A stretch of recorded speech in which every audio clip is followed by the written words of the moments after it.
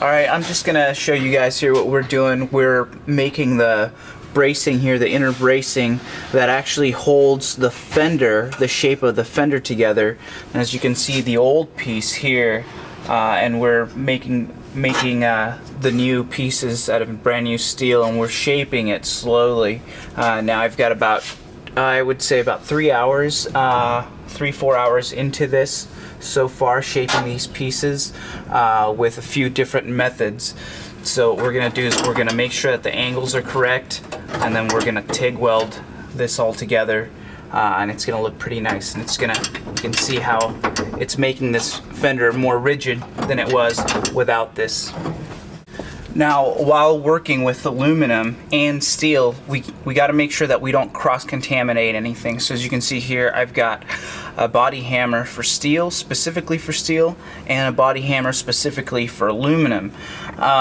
What we don't want to do is use the aluminum hammers on the steel, because the steel is going to contaminate the hammer, and then when I go back to working on the aluminum, I'm going to take all the chemicals off of the steel and grease and all that stuff, and I'm going to pound it into the aluminum. So we got to make sure that we use different tools for different types of metals.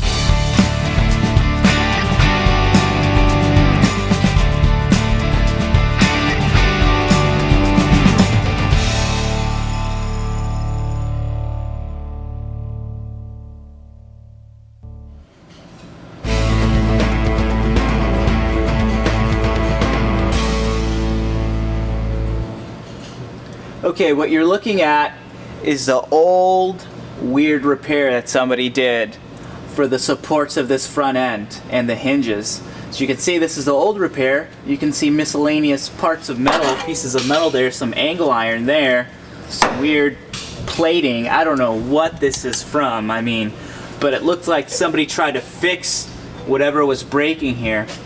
This needs a lot of support because the entire weight of the hood is going up and down, and as you can tell, the inner structure of the hood is some heavy gauge steel, so you need something pretty strong to take all that weight.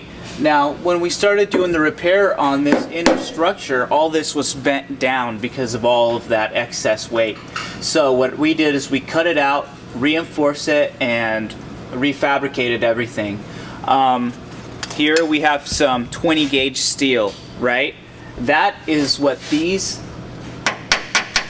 hinge mounts were made out of originally. So as you can see, we redid them in 1/4 inch plate, and they're much stronger now. What was going on is, since everything was so bent over and out of shape, whenever we opened the hood, these hinges were rubbing on the inside of that lip, and it was tearing up the aluminum skin. So I had to do some modifications to the actual hinges themselves, as well as reconstruct everything up front, and then remake these mounts here, you know, to make sure that everything was nice and structurally sound. Now this is the other side. As you can see, all the rust that's going on this piece, and it was really weak. I mean, when I took it out, a bunch of rusted metal came out, a bunch of flakes came out. So now this is nice and strong, and it's got some good support going on. What we also did is, from the last video, we remade all this inner structure right here. It took us a while, you know, with a few different tools, including the torch, to slowly get that shape in and make sure that both sides were symmetrical. They're in place, they've been TIG welded, and we're good to go. As well as the lower radiator support, that got finished up, the fab work on that got finished up and got welded in. Everything is nice and solid now, nice and strong. So what I'm going to show you now is we're going to go to the inside of the car and check out what's going on there. So now we're doing the repairs on the inner structure of the car. As you can see here, I've got a piece cut out of this tubing, and it's a support that goes across here, right? Cool looking, this is a really cool looking design, I really like it. The problem is that it's rusted out pretty bad, so obviously I cut it out. When I cut it out, believe it or not, this piece was so weak, this metal is so weak that this piece just fell off. It was sitting like this, like so. So when I cut this upper support off, it's really funny. As soon as this pulled off, this just, bam, it was done. So what we're doing here is we're replacing it with some pretty heavy gauge steel. And as you can see here, what I got going on is I'm prepping this piece. I'm sanding it down so it's down to bare steel. That way when I go in to weld it, I have good electrical contact with my welder. Another reason I'm doing that is because after this is installed, it's a huge pain in the butt to take some sandpaper with your hands and try to sand that paint off of there, because we need it to be clean when we're painting it. So we prep the parts before we install them, and that's what we got going on. This is going to go like so, and it's going to fit really nice. Now, this piece I got shaped up and made. This is this replacement, except for it's going to go on this side. Like so. This is what it's going to look like when it's all said and done. As you can see, I've got some lines marked there for where it needs to fit, where I needed to trim, and I'll finish that up. But I got to get this upper support done first before I can do that.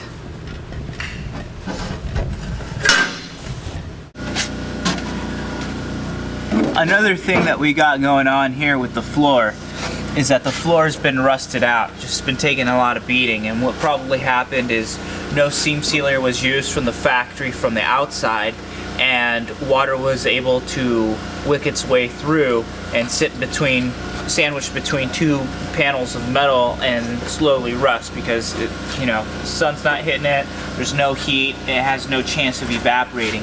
It takes 30 seconds from point of contact where water or moisture comes into contact with steel, and that's when rust begins to happen.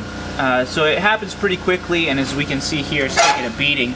Another thing is that this steel right here is not very strong. It looks like it's 20 gauge steel, and you got this shock tower here with the car bouncing up and down the road. So what we're gonna do here is we're gonna replace all this section. As you can tell, this shock tower is taking a huge beating. This metal's all mangled up because the contact where the shock tower is welded onto the actual floor is only in a couple spots, and you can see where it's not welded, the metal's all warped from taking that beating. So what we're gonna do is we're gonna reinforce this entire floor section much larger than the shock tower, and what that's gonna do is it's gonna give this shock tower right here a lot of strength.